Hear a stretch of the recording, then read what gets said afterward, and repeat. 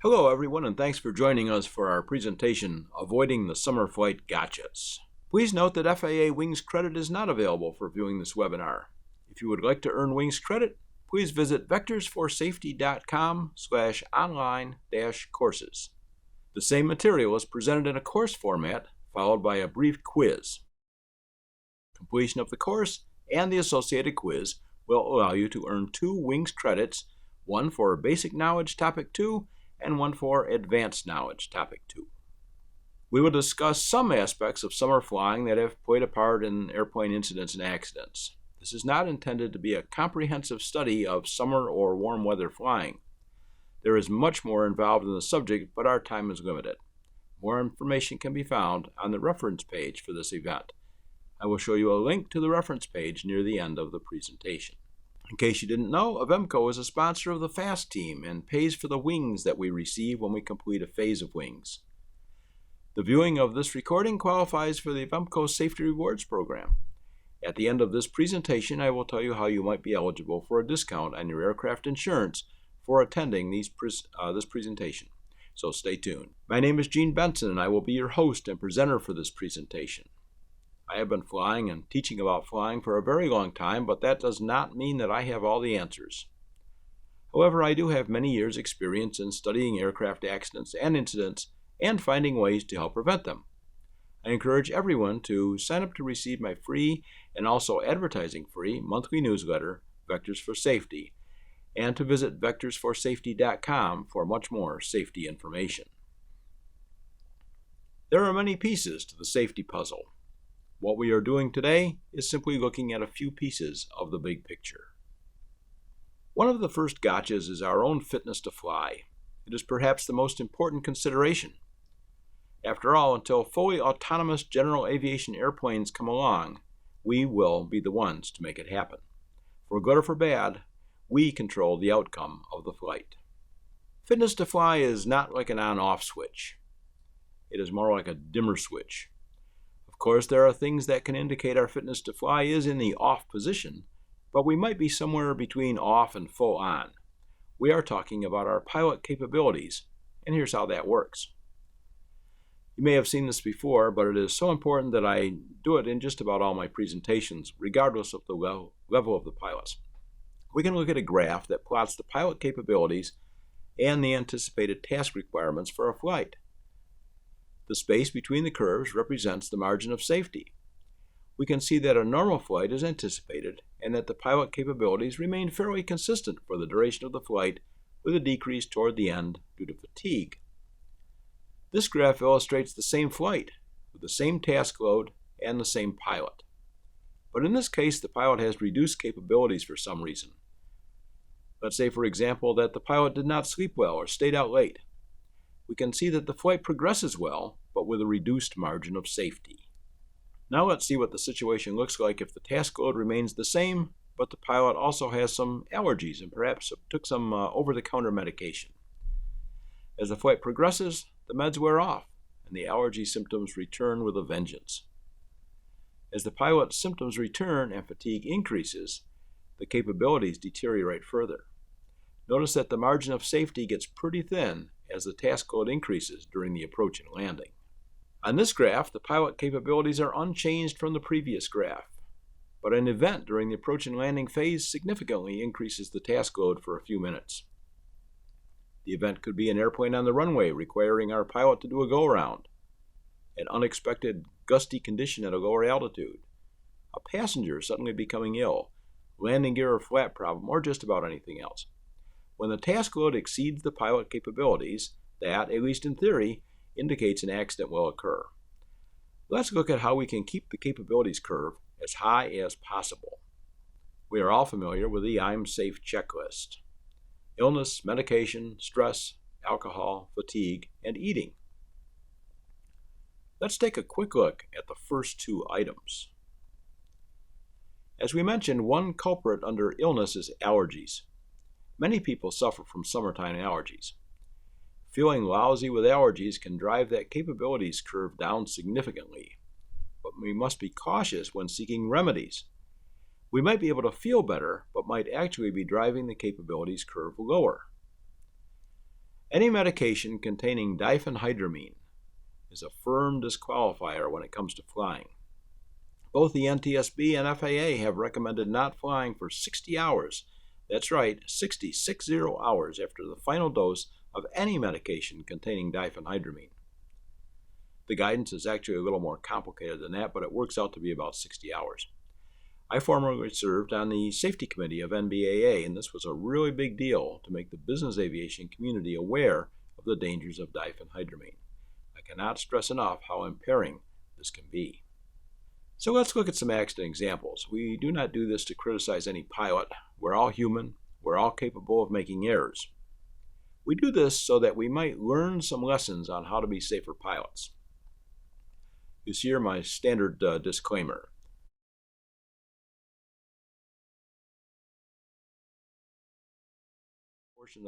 Two people died in Texas when this North American SNJ crashed shortly after takeoff. The NTSB report includes the following. Quote, the private pilot who was the owner of the vintage military trainer airplane and a pilot-rated passenger were conducting a right turn just after takeoff while still over the runway surface. Witnesses reported that the airplane's bank angle exceeded 90 degrees and the highest altitude achieved was 200 to 300 feet above ground level. The airplane then descended nose low and impacted the ground less than 1 minute after takeoff. Radar data indicated that the airplane's average airspeed during the final portion of the flight was 87 miles per hour, and the bank angle reached about 56 degrees, which would have resulted in a load factor of about 1.8 Gs. Airplane performance data indicated that the accelerated stall speed at this load factor was about 95 miles per hour. Thus, it is likely that, during the turn, the airplane exceeded its critical angle of attack and entered an accelerated stall at an altitude too low for the pilot to recover. Post-accident examination of the airplane did not reveal any anomalies that could be attributed to a pre-impact mechanical deficiency. End quote. The NTSB probable cause finding states, quote, the pilot's failure to maintain airspeed during a steep turn after takeoff, resulting in an exceedance of the airplane's critical angle of attack and a subsequent accelerated stall at an altitude too low for recovery, end quote. But interestingly, the following also appears in the report, quote, the private pilot was using decongestant and allergy medications. Toxicological testing identified diphenhydramine, a sedating antihistamine, at levels that were likely impairing. However, the extent to which this contributed to the accident could not be determined, end quote. The report must include the statement about the levels likely being impairing because there is no standard for impairment like what we have for alcohol. Fatigue is also on our list. Getting adequate sleep before a flight should be on our pre-flight planning checklist. Staying up late to finish a work project and then getting up early for a flight is just really not a good idea. Fatigue can really depress our capabilities curve. Eating is now the last item on the I'm Safe checklist. We are at our best when our bodies have the nutrition we need and our blood sugar level is normal and stable. That isn't the same for everybody, but we all probably know our own bodies, so we just need to be sensible. Not on the I'm Safe checklist, but extremely important, is to remain hydrated. We need to consume more water in hot weather, and a symptom of dehydration is fatigue. But the need to use a restroom can steer our behavior down dangerous paths. I have studied several accidents in which I believe the pilot's decisions were heavily influenced by the need to get to a restroom. So in our pre-flight planning, we should plan for adequate hydration and also for a landing within the range of our bladder, regardless of what the range of our airplane is. A key element in keeping our capabilities high is to be as proficient as possible. How is our pilot proficiency doing? Did we skip or postpone recurrent training or proficiency flying due to the pandemic? Are we prepared to do some actual IFR flying? What about recent experience requirements? Are we really prepared even though we might meet regulatory requirements? We all know that there is a difference, and we must be honest with ourselves. This is not a time to let optimism bias influence our decisions. What about some recent night experience? Most of us have probably had the experience of saying that we will not be flying at night. Then circumstances change, and we end up flying at night anyway. It is best to be prepared for night flying, or consciously vow that we will not do it no matter what. Keeping that vow becomes easier if we share it with passengers before the flight. If our willpower wavers, the passengers might just remind us. We need to make sure we are legal regarding a flight review and other recent experience requirements, but we all know that those regulations are bare minimums. Let's make sure we are safe and not just legal. Remember that we want to keep that capability curve just as high as possible. And then we have the fitness to fly for our airplane. This one looks good. Just put some air in that nose tire and we're good to go. Or maybe not. Just an interesting note regarding the outward appearance of an airplane. Early in my career, I instructed for a very large flight school that shall go unnamed. The training fleet all looked great with fresh painted interiors, but when you opened the cowls, it was downright scary. Later, I flew some freight haulers that appeared to be only marginally better than the airplane in this photo. However, mechanically, they were meticulously maintained. Lesson learned. Look beyond the cosmetics. We will not spend a lot of time on the pre-flight inspection, but as we will discuss it shortly, don't wait until the day of the flight to make sure the airplane is good to go. If you find something during the pre-flight, including overdue routine required maintenance, then there may be just too much pressure to go and make that flight anyway. Here's one of those summertime gotchas. During pre-flight inspection, check for critters, past and present. Let's think about the birds and the bees, and, oh yeah, the mice. This is more of a problem with airplanes that are flown only infrequently, but some critters can work very quickly, so we must keep our guard up. I know of several cases in which air vents have been providing a home to insects, including bees. Imagine this. The airplane is not flown for a while, or at least the air vents have not been open for a while. We are flying into the sun, it's getting pretty warm inside. We open an air vent, and the cabin is quickly filled with very unhappy bees. Some of the Cessnas are susceptible to this. The outside air vents are in the wing root. Sometimes there are screens inside the openings, but frequently there are not. They're also not typically covered when the airplane is parked, so they make a nice home for flying critters. Inside, we get fresh air by pulling out a tube, thereby opening the vent. If bees or other insects are in the vent, the airflow will push them through the tube and into the cabin. Other manufacturers' configurations also are susceptible to this. Moral of the story, check those air vents before the flight. Another insect-related problem comes from the mud dauber wasp. There are different species with different colorings.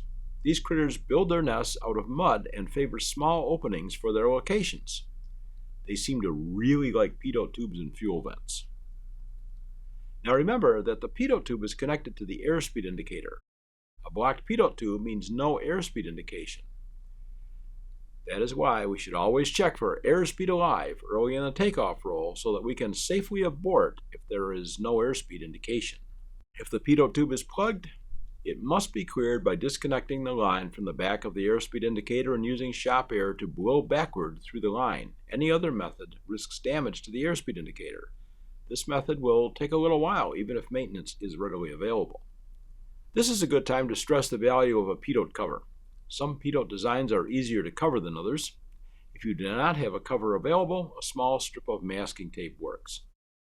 There will not be a big red streamer reminding you to remove it before flight, but we should be doing a good pre-flight anyway. One time at a flight school in New Hampshire, the mud daubers were so active that they would block a pitot tube if an airplane remained on the ramp for only about 45 minutes. We were flying Piper Cherokees, for which there was no good pitot cover available at the time. Our solution was to put a roll of masking tape in each airplane. A strip of tape was put over the pitot opening at the completion of each flight and removed before the next flight. It worked, and nobody forgot to remove the tape. It is amazing how rapidly some species of birds can build a nest. It is also concerning that they often choose some location inside a cowling that is difficult to look at during pre-flight. You can see a dangerous combination in this photo. There is highly combustible material in contact with pipes that will get hot during the flight.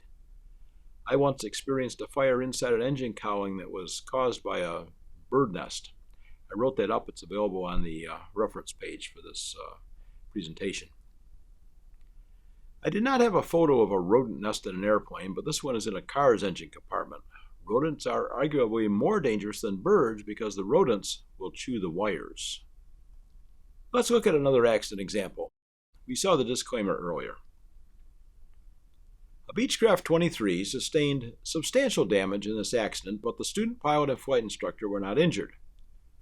The NTSB report includes the following, quote, "As the student pilot established the airplane on short final, he attempted to arrest the airplane's descent by increasing engine power, but the engine did not respond. The instructor told the student pilot to push it back in and add power, and the student pilot pulled and pushed the throttle several times to try to increase engine power.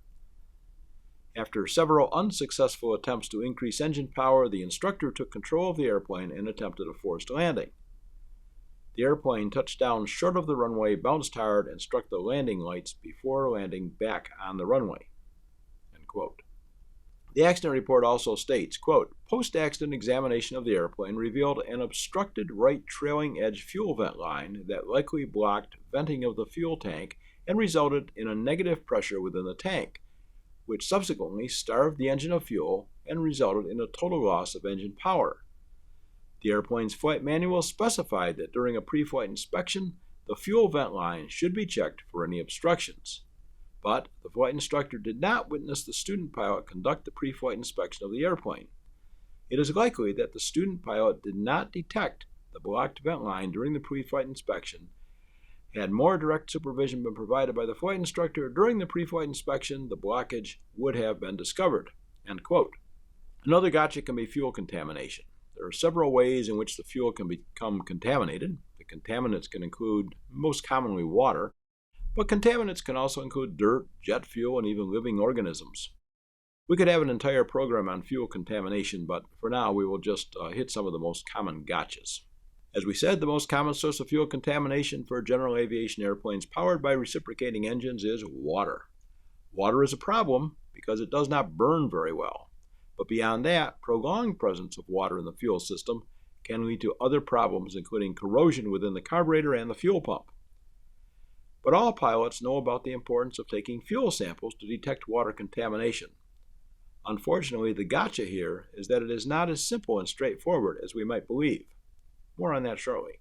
Here is the gotcha regarding water contamination in our fuel systems. It can be very elusive, and it is quite good at a game of hide and seek. Here's an excerpt from an NTSB report on a recent accident in Virginia.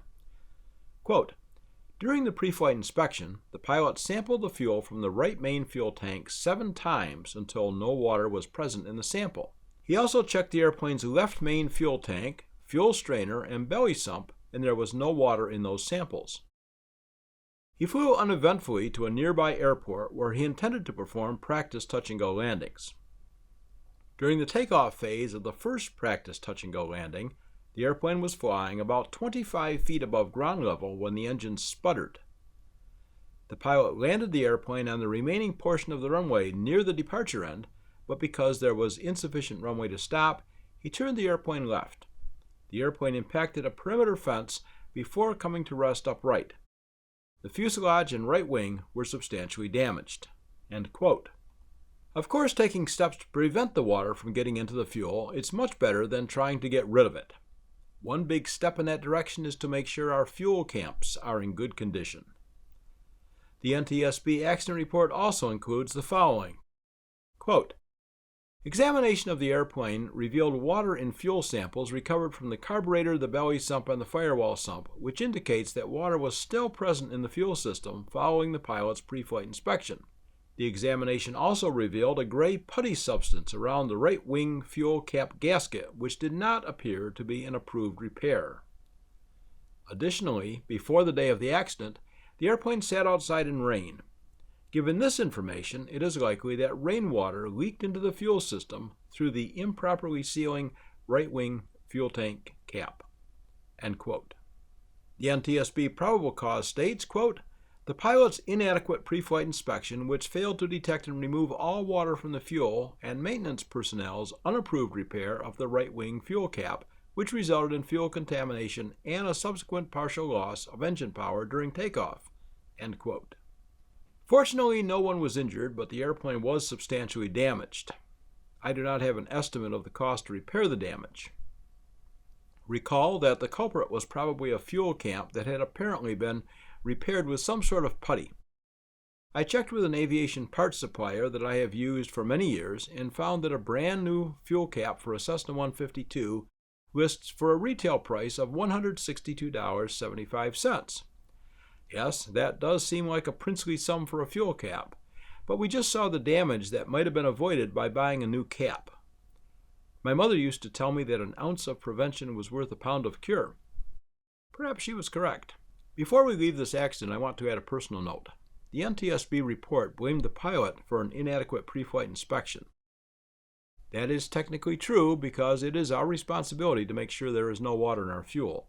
I made an earlier statement that the situation is not as straightforward as we might believe. I can attest to the fact that water can hide in the fuel system. Some people will read the accident report and doubt whether or not the pilot took all the steps that he said he did in detecting and eliminating water in the fuel. I don't know whether he did or not, but I once had a bizarre experience with water hiding in my fuel system. I wrote a short narrative of that, and you can find it on the reference page. We also need to look at the human-machine interface. Is the airplane adequate for the task? Is it IFR capable if IFR flight is a possibility? Is it night capable with all exterior and interior lights working? Is a working flashlight available? Does the airplane have the performance capability to handle terrain elevations, runways, anticipated load? Does it have the fuel range, including a comfortable reserve? Be cautious of a mismatch between the airplane and the pilot. We may have a very competent pilot and a very capable airplane, but if the pilot is not proficient in the use of the avionics and other airplane systems, we can have a big gotcha right there. We all know how to do flight planning. Some do it the traditional way with the hard copy charts in hand, and some use electronic means. We're not going to go into how we accomplish our flight planning. We are going to look at some gotchas related to flight planning and how to avoid them. My apologies to those of you who never fly an airplane with a float-type carburetor, since this topic is not relevant to you, but many of us do ride behind a float-type carburetor. If you are not sure whether you do or not, if there is a carburetor heat control knob or lever, you are behind a float-type carburetor.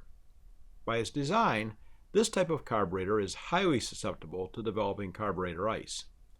Unlike structural icing, carburetor ice is an issue in warm, humid weather, such as that we find in summer. The carburetor design decreases the temperature of the air passing through it on the way to the engine. First, Venturi drops the temperature when the fuel is added. The vaporization of the fuel further decreases the temperature. The air temperature can decrease substantially by as much as 70 degrees Fahrenheit. Of course, if the air is humid, condensation will occur, and there is a good chance that the temperature in the carburetor will be below 32 degrees Fahrenheit. If so, ice will form on and around the throttle valve. This will decrease the amount of fuel-air mixture entering the engine and will reduce the power output. If not addressed, the ice can essentially block the throat of the carburetor and the engine will cease to provide power. Our pre-flight planning should include 2 items to help protect us from a bad day because of carburetor ice. First, refer to a carb ice probability chart such as this one. Look at the relative humidity versus the outside air temperature to determine the probability of carburetor ice and whether it is listed as possible or highly probable. Next, refer to the manufacturer's recommendations regarding the use of carburetor heat in the airplane we are flying. See what the POH has to say. Let me make a note from my personal experience. I understand all the concerns about drawing unfiltered air into the engine, but I have experienced carburetor ice many more times than I can count, and has not always been in conditions that were indicated as high probability. It has also happened many times in airplanes in which the manufacturer said to only use carburetor heat if ice is indicated. I have also heard pilots say that they turn off the carb heat once landing is assured. I do not think that is a good idea unless you know that there will be significant dust or other contaminants in the air upon landing. I do not think there is such a thing as a landing assured until the airplane has come to a complete stop. If I suddenly need to abort, I want to know that there is no ice in the carburetor. There's much more to say about carburetor ice, so please check the reference page for this presentation at your convenience. For starters, this one is not just summer flying. Scan your engine gauges regularly. Our cars have lights and buzzers and dingers to alert us to anything that is not right. Most of our airplanes do not have any alarm bells or whistles. It is part of our job as a pilot to monitor the health of the aircraft and its systems. There are also some subtle effects of heat that might not be obvious. Oil temperature is 1.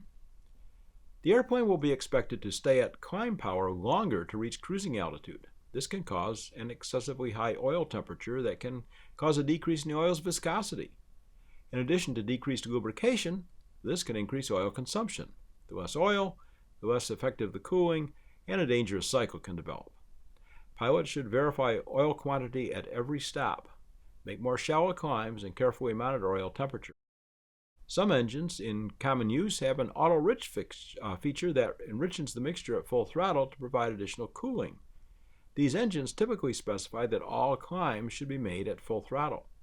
Reducing the power setting only will aggravate an overheat situation in these engines.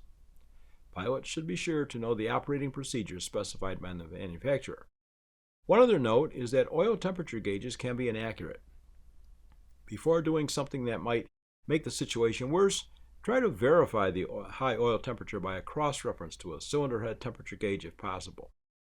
If you are not sure what is going on, the best advice, as usual, is to head for the nearest suitable airport. It is always better to be on the ground wishing that you were flying than to be flying and wishing you were on the ground. Trust me, I know, I've done both.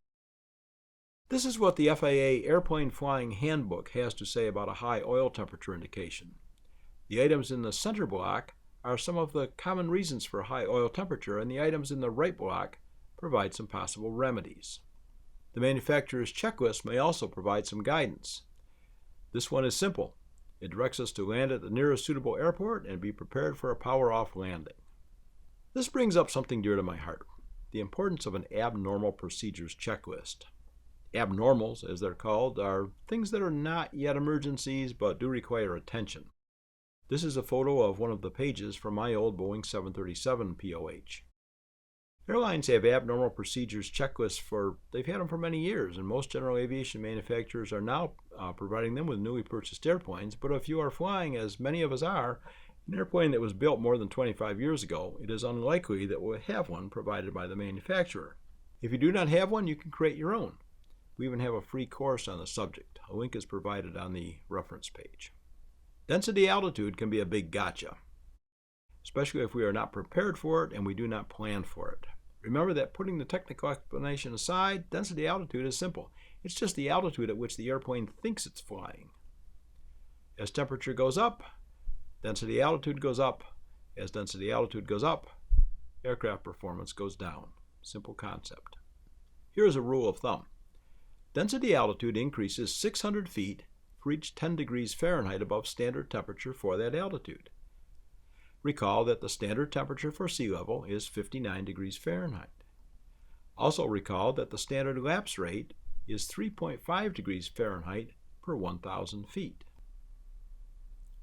Let's apply our rule of thumb to an example. Let's say that our airport elevation is 3,000 feet. We take the standard sea level temperature of 59 degrees Fahrenheit.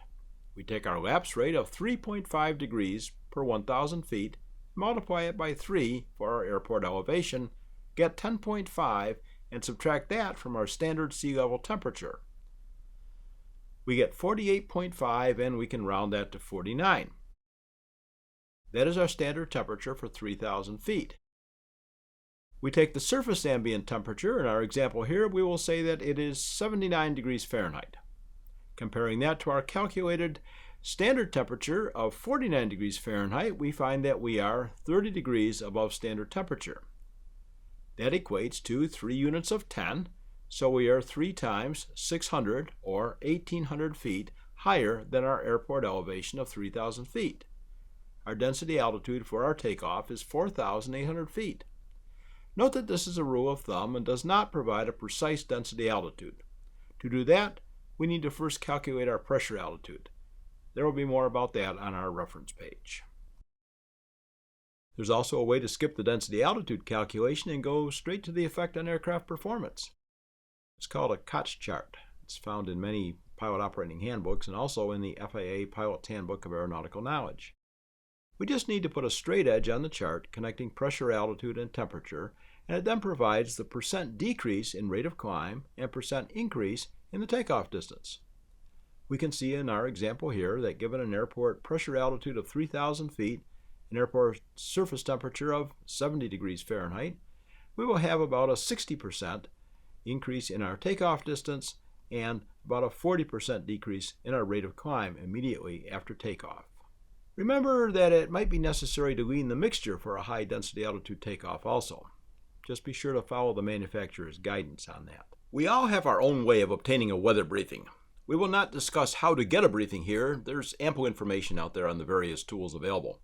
We will look at some of the gotchas that are more prevalent in the summer. Here is something that is worth any pilot's time. Consider it recurrent training. Download the free Pilot's Handbook of Aeronautical Knowledge from the FAA website and read Chapter 12 on weather theory.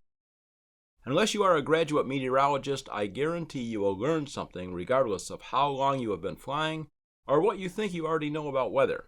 Okay, you have your assignment. We all know that thunderstorms are bad news.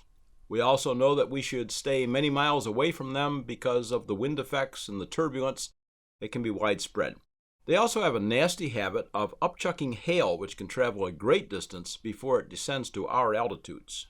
Yet we lose several pilots and their passengers every summer to thunderstorms. Just know where the thunderstorms are and stay far away. There is nothing else I can say about that. Here's another summer flying gotcha. It is convection. Not the convection that we find in thunderstorms, but the routine, rather mild variety that we find on sunny days in summer. To begin, let's say that we are flying on a cloudy day. It's overcast.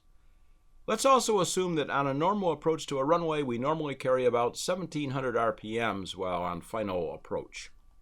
But today's a sunny day. As the sun heats the terrain, it warms up, heats the air directly above it, causing the air to rise. Now we have some convection currents. Now our approach will be made through rising air or updrafts, and we will reduce our power to maintain our approach path. All is good. We are on the perfect path to the desired touchdown spot. But we did not account for that body of water we will be passing over. The water does not heat up as rapidly as the land, so it will be cooler than the land. As we fly over the water, our updrafts are replaced by downdrafts, and the airplane leaves the desired approach path. What should the pilot do now? Spoiler alert, the pilot should remember the stabilized approach criteria. The stabilized approach is one of the most critical concepts of making safe approaches and landings. Note item number 1 of the stabilized approach criteria. The airplane is on the correct flight path. Is it? For our pilot? No, it is not. The approach has become unstabilized. Now we look at the final item, which tells us that if the approach becomes unstabilized below the stabilization altitude, an immediate go-around or missed approach must be initiated. Trying to salvage an unstabilized approach at a low altitude is asking for trouble. But by thinking well ahead of the airplane, observing the water, and anticipating the effect of the convection and possibly of the downdrafts over the water, we can plan on adding a bit more power as we come over the water and then reducing it as we pass back over the land. With anticipation of the convection effects and a little planning, we can maintain that desired flight path. That is in keeping with our stabilized approach criteria, because item number 2 states only small changes in heading or pitch are required to maintain the correct flight path. It does not mention adding power, but the addition of power will necessitate a slight increase in pitch to maintain the desired airspeed. Alternatively, if you're a few knots above VREF, you could simply increase pitch a couple of degrees to maintain your flight path without the need to increase power. Either way, we are looking at small corrections as we approach the water. If any large corrections are necessary, or if the airplane deviates from the flight path, then a go-around is prudent. We will not spend more time on this, but remember that at night the process is reversed. The water remains warm while the land cools off. Just do your homework and plan ahead. Also, think about the effects of convection during takeoff. Taking off over an area of downdrafts can make climbing very difficult. As nasty as thunderstorms can be, more pilots and their passengers die every year from unsuccessful attempts at scud running. We fool ourselves into thinking that, just a little lower will be fine. The weather will be better up ahead if I can just get beyond that ridge. I'm not instrument current, but I'll go into the clouds for just a few minutes until I get to better weather ahead. Our humanness produces a strong desire to complete a task once it has begun. No flight is important enough to justify scud running. Scud running very often ends badly. In this accident, the pilot watched his son die of injuries on the side of a mountain. The pilot was flying his son back to college after a weekend at home. It would have only been about a 3-hour drive or just a bit more. We must remember that our aeronautical decisions are not only about our lives, but directly affect the lives of others. But many pilots do engage in scud running. Most have no intention of doing so, but circumstances and their humanness lead them down the path. So if the weather looks questionable and you think you might do a bit of scud running, I have prepared a checklist for you. Pack a rabbit's foot or other lucky charm. Make sure your will is up to date. Verify sufficient life insurance with no general aviation exclusion to secure your family. Alternative to that, just take the whole family along. You won't have to worry about it. Buy a long-term care policy in case months of residential rehab are needed. Of course, I say that tongue-in-cheek, but scud running is really, really bad news, and let's just vow not to do it. So in summary, we looked at some of the gotchas of summer flying. Some of those gotchas are present only in warm weather, but others, such as fuel contamination, present hazards year-round. I encourage everyone to look deeper into what we have discussed. The reference page for this presentation has links to some other valuable resources. Here is how to access that supplement page. Just visit vectorsforsafety.com and click the Download/Links tab at the top of the page. Just visit vectorsforsafety.com and click the Download/Links tab at the top of the page. That will take you to this page where you can access information on some of the things we discussed. Shown here is only a partial view of the page. There is much more listed. In case you did not know, Avemco offers a safety rewards program. Viewers of this video can receive a percentage off their annual Avemco premium at the time of quote or renewal. Just let Avemco know. Please visit our website, vectorsforsafety.com. There are links to videos and online courses. Most of the webinars in this series have been recorded and can be found in the video section on the site. You can also join my mailing list to receive my free newsletter, Vectors for Safety. Thanks for watching the video, and please always remember, fly like your life depends on it.